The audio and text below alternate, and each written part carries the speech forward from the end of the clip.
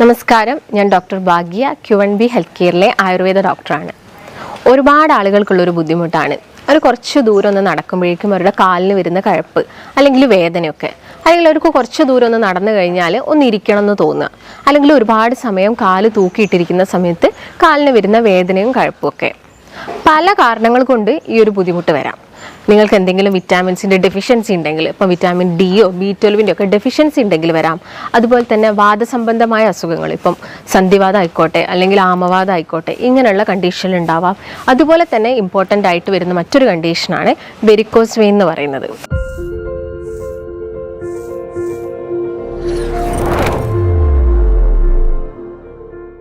ഇപ്പോൾ ഒരുപാട് ആളുകളിൽ കണ്ടുവരുന്നുണ്ട്. അതായത് കൂടുതൽ സമയം നിന്ന് ജോലി ചെയ്യുന്നവർ അല്ലെങ്കിൽ ഒരുപാട് സമയം ഇരുന്ന് ജോലി ചെയ്യുന്ന ആളുകളിലൊക്കെയാണ് ഇത് കോമൺ ആയിട്ട് കണ്ടുവരുന്നത്. ഡ്രൈവേഴ്സ് ആയിക്കോട്ടെ അല്ലെങ്കിൽ നേഴ്സസ് ആയിക്കോട്ടെ, പോലീസ്, സെക്യൂരിറ്റീസ്, ഈ പറഞ്ഞ വിഭാഗത്തിൽപ്പെടുന്ന ആളുകളിലാണ് ഇത് വളരെ കോമൺ ആയിട്ട് കണ്ടുവരുന്നത്. ഇപ്പോൾ വെരിക്കോസ് വെയിൻ, അതിൻ്റെ അകത്ത് പറയുന്നുണ്ട് വെയിനിന് വരുന്ന ഒരു അസുഖമാണ്. വെയിൻ എന്ന് പറയുന്നത് സിരയാണ്. നമ്മുടെ ശരീരത്തിൽ ഒരുപാട് സിരകളും അതുപോലെ തന്നെ രക്തം കൊണ്ടുപോകുന്ന രക്തക്കുഴലുകളൊക്കെ ഉണ്ട്. ഈ സിരകളുടെ ഡ്യൂട്ടി എന്ന് പറയുന്നത് മെയിനായിട്ട് നമ്മുടെ കാല്, കയ്യിൽ നിന്നൊക്കെയുള്ള അശുദ്ധ രക്തത്തിനെ തിരിച്ച് ഹൃദയത്തിലോട്ട് കൊണ്ടുപോവുകയാണ്. എന്നിട്ട് അവിടുന്ന് ശുദ്ധീകരിച്ചിട്ട് രക്തക്കുഴൽ വഴിയാണ് നമ്മുടെ ശരീരത്തിൻ്റെ പല ഭാഗങ്ങളിലും എത്തുന്നത്. ഈ ഹൃദയത്തിലോട്ട് വരുന്ന സിരകളിലെ വാൽവുകളിൽ എന്തെങ്കിലും ഒരു അപാകത സംഭവിക്കുമ്പോൾ അത് പൂർണ്ണമായിട്ടും വരാം, അതുപോലെ തന്നെ ഭാഗികമായിട്ടും വരാം. പിന്നെ പൂർണ്ണമായിട്ടോ ഭാഗികമായിട്ടോ വരുന്ന ഈ ഒരു വാൽവിൻ്റെ പ്രശ്നത്തിനെയാണ് നമ്മൾ വെരിക്കോസ് വെയിൻ എന്ന് പറയുന്നത്. കൂടുതലായിട്ട് നമ്മളിത് കണ്ടുവരുന്നത് അരയ്ക്ക് താഴോട്ടാണ്. അതായത് ഇപ്പോൾ മുട്ടിന് താഴെയാണ് കൂടുതലായിട്ടും വെയിൻ തടിച്ചും വീർത്തും അതുപോലെ തന്നെ വളഞ്ഞ് പൊളഞ്ഞ് ആ ഒരു ബ്ലൂയിഷ് കളറിലൊക്കെ നമ്മൾ വെയിൻ തടിച്ചു വരുന്നത് കാണുന്നത്. അപ്പം ഇങ്ങനെ വെരിക്കോസ് വെയിന് വരാൻ കുറച്ച് കാരണങ്ങളുണ്ട്. ഞാൻ നേരത്തെ പറഞ്ഞ പോലെ തന്നെ ഒരുപാട് സമയം നിന്ന് ജോലി ചെയ്യുക, അല്ലെങ്കിൽ കണ്ടിന്യൂസ് ആയിട്ട് ഇരുന്ന് ജോലി ചെയ്യുക, നിങ്ങൾ നല്ല വെയിറ്റ് ഉള്ള ആളുകളാണ്, അല്ലെങ്കിൽ ചില ആളുകളിൽ വരുന്നത് സ്ത്രീകളിൽ പ്രത്യേകിച്ച് പറയുകയാണെങ്കിൽ അവർ ഗർഭിണിയായിരിക്കുന്ന സമയത്ത് അവരുടെ വെയിറ്റിൽ അതായത് കൂടും, എന്താണെങ്കിലും ഒരു 10 കിലോയോളം വെയിറ്റ് കൂടുന്നുണ്ട്. ഈ സമയത്തും അവരുടെ കാലിലുള്ള വെയിനിലൊക്കെ പ്രഷർ കൂടിയിട്ട് വാൽവുകളിൽ ഇങ്ങനെയുള്ള പ്രശ്നം കൊണ്ട് വെരിക്കോസ് വെയിൻ വരാറുണ്ട്. ഇതിനെയാണ് നോർമലി നമ്മൾ വെരിക്കോസിറ്റി എന്ന് പറയുന്നത്. അതിൽ ഒട്ടുമിക്ക ആളുകളിലും ഇത് പുറത്തോട്ട് വിസിബിളായിട്ട്, അതായത് പുറത്തോട്ട് ഈ വെയിന് തടിച്ച് വീർത്ത് കാണാം. എന്നാൽ ഒരു 40% ആളുകളിൽ ഈ ഒരു കണ്ടീഷൻ ഇൻറ്റേർണൽ വെരിക്കോസ് വെയിൻ ആണ്. അതായത് ഉള്ളിലായിട്ടാണ് ഈ ഒരു പ്രശ്നം. നിങ്ങൾക്ക് നല്ല വേദനയുണ്ട്, കഴപ്പുണ്ട്, പക്ഷെ എന്താ പ്രശ്നം എന്ന് മനസ്സിലാവുന്നില്ല. നമ്മൾ ഡോപ്ലർ സ്റ്റഡിയൊക്കെ ഉപയോഗിച്ചിട്ട് നമ്മൾ ഇൻറ്റേർണൽ വെരിക്കോസ് വെയിനെ മനസ്സിലാക്കും. അപ്പോൾ ഇങ്ങനെ വെരിക്കോസ് വെയിൻ ഉള്ള ആളുകൾ ശ്രദ്ധിക്കേണ്ട കുറച്ച് കാര്യങ്ങളുണ്ട്. അതായത് അവരുടെ ഡെയിലി റൂട്ടീൻസ്, ജീവിതശൈലിയുടെ ഭാഗമായിട്ട് തന്നെ വരുന്ന ഒരു അസുഖമാണ് വെരിക്കോസ് വെയിൻ എന്ന് പറയുന്നത്. അപ്പോൾ അവരുടെ ഭക്ഷണത്തിലാണെങ്കിലും അവർ ഒരുപാട് കാര്യങ്ങൾ ശ്രദ്ധിക്കണം. നിങ്ങൾ ഇതിന് വേണ്ടിയിട്ട് ഒരുപാട് സർജറിയും കാര്യങ്ങളൊക്കെ ചെയ്തിട്ടുണ്ടാവും. സർജറി ഒരു തവണ ചെയ്തിട്ടും സർജറിക്ക് വീണ്ടും പോകുന്ന ആളുകളുണ്ട്.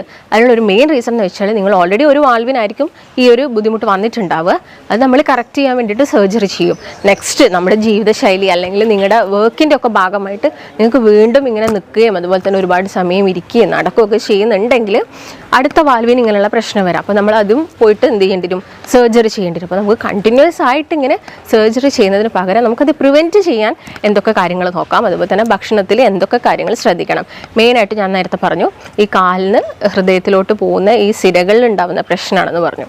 ഈ സമയത്ത് എന്താണെങ്കിലും ബ്ലഡാണ് പോകുന്നത്, അശുദ്ധ രക്തം അവിടെ ബ്ലോക്ക് ആവാനുള്ള ചാൻസസ് ഉണ്ട്.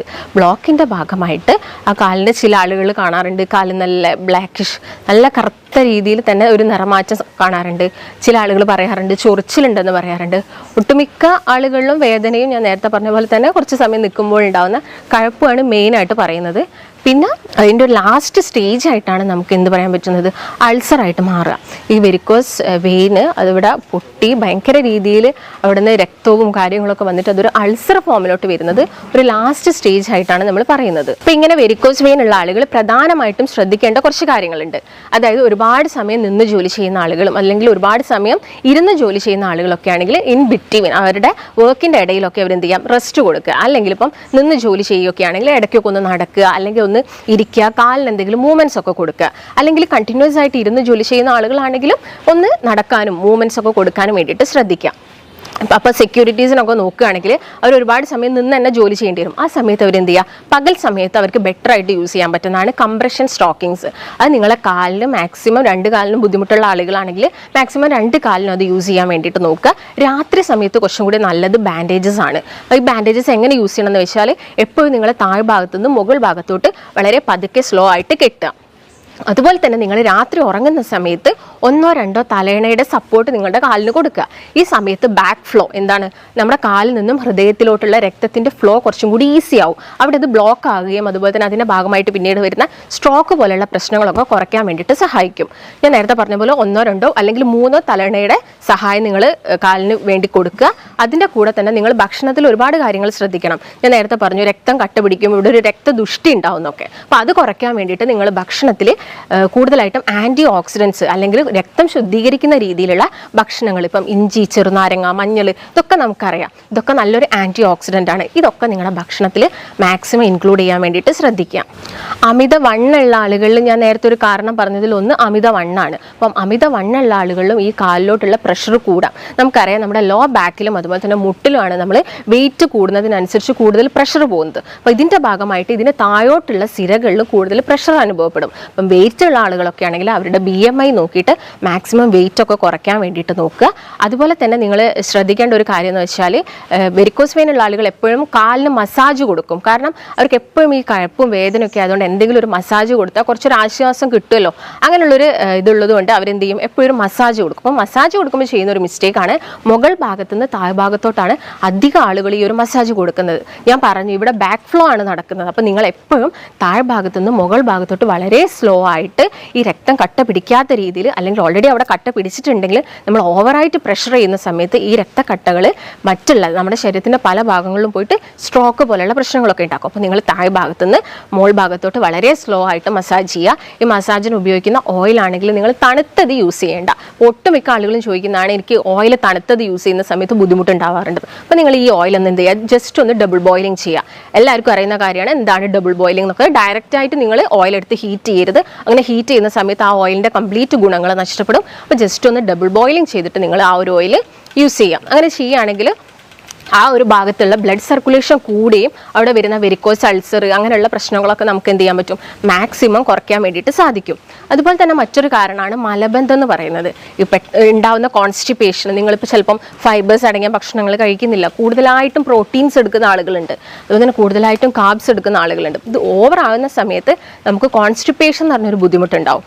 ഈ പ്രശ്നം ഉണ്ടാകുന്ന സമയത്തും നമ്മുടെ വെയിൻസിലോട്ട് എന്ത് ചെയ്യും, പ്രഷർ കൂടും, വെരിക്കോസ് വെയിൻ വരാം, പൈൽസ് ഒക്കെ ഒട്ടുമിക്ക ആളുകളും പറയുന്നതാണ്. ഈ 2 കണ്ടീഷനും പരസ്പരം റിലേറ്റഡ് ആണ്. അപ്പോൾ നിങ്ങൾ മാക്സിമം മലബന്ധം ഉണ്ടാവാതെ നോക്കുക, നന്നായിട്ട് വെള്ളം കുടിക്കുക, അതുപോലെ തന്നെ ഫൈബേഴ്സ്, നാരുകൾ അടങ്ങിയ ഭക്ഷണങ്ങൾ നിങ്ങളുടെ റുട്ടീനിൽ ഇൻക്ലൂഡ് ചെയ്യാൻ വേണ്ടിയിട്ട് ശ്രദ്ധിക്കാം. പിന്നെ നിങ്ങൾ മെയിനായിട്ടും വെരിക്കോസ് വെയിൻ ഉള്ള ആളുകൾക്ക് മാത്രം, അല്ലെങ്കിൽ അവർ കൂടുതലായിട്ട് ഫോക്കസ് ചെയ്യേണ്ട കുറച്ച് ഏരിയാസ് ഉണ്ട്. അതായത് ഭക്ഷണത്തിൽ ഏതൊക്കെ ഭക്ഷണം കഴിക്കണം. ഒന്ന്, രക്തം ശുദ്ധീകരിക്കുന്ന രീതിയിൽ ഭക്ഷണം കഴിക്കുക, വെള്ളം നന്നായിട്ട് കുടിക്കുക, നന്നായിട്ട് ഉറങ്ങുക. അതുപോലെ തന്നെ ഭക്ഷണം കഴിക്കുന്ന സമയത്ത് ചവച്ചരച്ച് ഭക്ഷണം കഴിക്കാൻ വേണ്ടിയിട്ട് നോക്കുക. അങ്ങനെ ആവുന്ന സമയത്ത് കൂടുതലായിട്ടും അതിൻ്റെ ഡൈജഷൻ ഈസി ആയിട്ട് നടക്കുകയും ഇങ്ങനെ ഓവറായിട്ട് ഫാറ്റ് അക്യുമുലേറ്റ് ചെയ്യുന്നത് നമുക്ക് കുറയ്ക്കാൻ വേണ്ടിയിട്ട് സാധിക്കും. അതുപോലെ തന്നെ ഭക്ഷണത്തിൽ കൂടുതലും റൂട്ടിൻ അടങ്ങിയിട്ടുള്ള ഫുഡ് കഴിക്കാൻ വേണ്ടി പറയുന്നത്. റൂട്ടിൻ എന്ന് പറയുന്നത് നല്ലൊരു ആൻറ്റി ഇൻഫ്ലമേറ്ററി ഏജന്റ് ആണ്. അതുപോലെ ശരീരത്തിൽ വരുന്ന ഇൻഫ്ലമേഷൻസ് ഒക്കെ കുറയ്ക്കുന്നു, BP കുറയ്ക്കുന്നു, ഇങ്ങനെയുള്ള പ്രശ്നങ്ങളൊക്കെ കുറയ്ക്കാൻ വേണ്ടിയിട്ട് റൂട്ടിൻ സഹായിക്കുന്നുണ്ട്. അപ്പോൾ റൂട്ടിൻ എന്താണ്, നല്ലൊരു ഫ്ലേവനോയിഡ് ആണ്. ഇത് കൂടുതലായിട്ടുള്ളത് ബെറി ഫ്രൂട്ട്സുകളാണ്. ഇപ്പം ബ്ലൂബെറി, റാസ്ബെറി, അല്ലെങ്കിൽ നിങ്ങളുടെ ചെറി ഫ്രൂട്ട്സ്, ആപ്പിളുണ്ട്, അതുപോലെ തന്നെ ഗ്രേപ്സിലുണ്ട്. ഇങ്ങനെയുള്ള ഫ്രൂട്ട്സുകളൊക്കെ നിങ്ങളുടെ ഡയറ്റിൽ മാക്സിമം ഇൻക്ലൂഡ് ചെയ്യുക. അതുപോലെ തന്നെ ബീറ്റാ സൈനിൻ എന്ന് പറഞ്ഞ ഘടകമുള്ളത് ബീട്രൂട്ടിലാണ്. നമുക്കറിയാം ബീട്രൂട്ട് കഴിക്കുന്നത് വഴി നമ്മുടെ ശരീരത്തിൽ HB ഒക്കെ കൂടും, രക്തമൊക്കെ കൂടുന്ന എല്ലാവർക്കും അറിയുന്ന കാര്യമാണ്. അപ്പം വെരിക്കോസ് വെയിൻ ഉള്ള ആളുകൾ ഇത് എല്ലാ ദിവസവും അവരുടെ ഭക്ഷണത്തിൽ മാക്സിമം ഇൻക്ലൂഡ് ചെയ്യാൻ വേണ്ടിയിട്ട് നോക്കുക. അതുപോലെ തന്നെ കാർബോഹൈഡ്രേറ്റ് ആണെങ്കിലും പ്രോട്ടീൻസിന് ഉപയോഗമാണെങ്കിലും മാക്സിമം കുറയ്ക്കുക. വേണം, നമുക്ക് വേണ്ട ആ ഒരു ലിമിറ്റഡ് എമൗണ്ടിൽ മാത്രം നിങ്ങൾ എല്ലാ ദിവസവും എടുക്കുകയാണെങ്കിൽ വലിയ പ്രശ്നമൊന്നും ഉണ്ടാവില്ല. ഓവറായിട്ട് കഴിക്കേണ്ട ആവശ്യമൊന്നുമില്ല. അതുപോലെ തന്നെ നല്ല ഒന്നാണ് ഇഞ്ചി. എന്തിനാണ് വെരിക്കോസ് വെയിൻ പേഷ്യൻസ് ഇഞ്ചി എടുക്കാൻ വേണ്ടി പറയുന്നത്? ഇഞ്ചി എന്ന് പറയുന്നത് നമ്മുടെ ശരീരത്തിൽ രക്തം കട്ട പിടിക്കുന്നത് ബ്രേക്ക് ഡൗൺ ചെയ്യാൻ സഹായിക്കുന്ന ഫൈബ്രിൻ. അത് ബ്രേക്ക് ഡൗൺ ചെയ്യാൻ സഹായിക്കുന്നത് ഇഞ്ചിയാണ്. അപ്പോൾ നിങ്ങൾ ഇഞ്ചി ചായയോ അല്ലെങ്കിൽ ഇഞ്ചി നീരോ ഇതൊക്കെ നിങ്ങളെ ഭക്ഷണത്തിൽ എല്ലാ ദിവസവും ഇൻക്ലൂഡ് ചെയ്യാൻ വേണ്ടിയിട്ട് ശ്രദ്ധിക്കുക. ഇപ്പം ചുക്ക് എല്ലാവർക്കും അറിയുന്ന ഒരു കാര്യമാണല്ലോ. അതായത് നമ്മൾ ഇഞ്ചി ഉണക്കുന്ന സമയത്താണ് ചുക്ക് ഉണ്ടാകുന്നത്. ഈ ചുക്ക് നിങ്ങൾ പൊടിച്ചിട്ട് അതൊരു പേസ്റ്റ് ആക്കിയിട്ട് ഈ വെരിക്കോസ് വെയിൻ ഉള്ള ഭാഗത്ത് അപ്ലൈ ചെയ്ത് കൊടുക്കുകയാണെങ്കിലും നമുക്ക് ഉണ്ടാവുന്ന ആ ഒരു ചൊറിച്ചിലും കാര്യങ്ങളൊക്കെ കുറയ്ക്കാൻ വേണ്ടിയിട്ട് സഹായിക്കും. അല്ലെങ്കിൽ ഇപ്പോൾ ആയുർവേദപരമായിട്ട് പറയുകയാണെങ്കിൽ ഏലാദി ചൂർണ്ണമൊക്കെ നമുക്ക് വളരെ കോമൺ ആയിട്ട് അറിയുന്നതാണ്. ഈ ഏലാദി തൈലവും അതുപോലെ ചൂർണ്ണവും ഒക്കെ നിങ്ങൾ ആ ഒരു ഏരിയയിൽ അപ്ലൈ ചെയ്യുകയാണെങ്കിൽ നിങ്ങൾക്ക് പെട്ടെന്ന് ഉണ്ടാവുന്ന ആ ബുദ്ധിമുട്ടും കാര്യത്തിൽ നിന്നൊക്കെ നമുക്കൊരു രക്ഷ നേടാൻ വേണ്ടിയിട്ട് സാധിക്കും. പിന്നെ ഞാൻ നേരത്തെ പറഞ്ഞു ഒരു ലാസ്റ്റ് സ്റ്റേജ്, ഒരു തേർഡ് സ്റ്റേജിൽ എത്തുന്ന സമയത്താണ് ചൊറിച്ചിൽ വരിക, അവിടെ ഡിസ്കളറേഷൻ വരുന്നത്. എന്തുകൊണ്ടാണ് അവിടെ ചൊറിച്ചിലും ആ ഒരു ഡിസ്കളറേഷനൊക്കെ വരുന്നത്?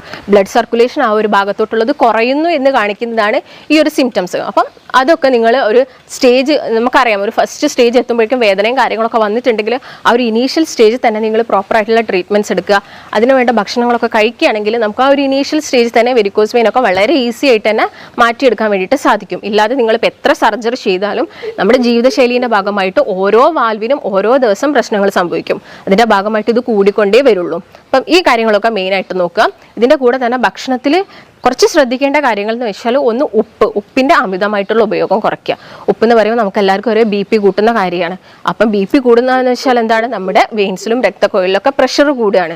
സെയിം നമ്മുടെ കാലിലോട്ടുള്ള വെയിൻസിലും ഈ പ്രഷർ കൂടും. അപ്പോൾ BP കൂടുന്ന രീതിയിൽ ഉപ്പടങ്ങിയ ഭക്ഷണങ്ങൾ അല്ലെങ്കിൽ പൊരിച്ച മീനുകൾ, വറുത്ത മീൻ, അച്ചാറ്, പപ്പടം ഇതിൻ്റെയൊക്കെ ഉപയോഗം മാക്സിമം കുറയ്ക്കുക.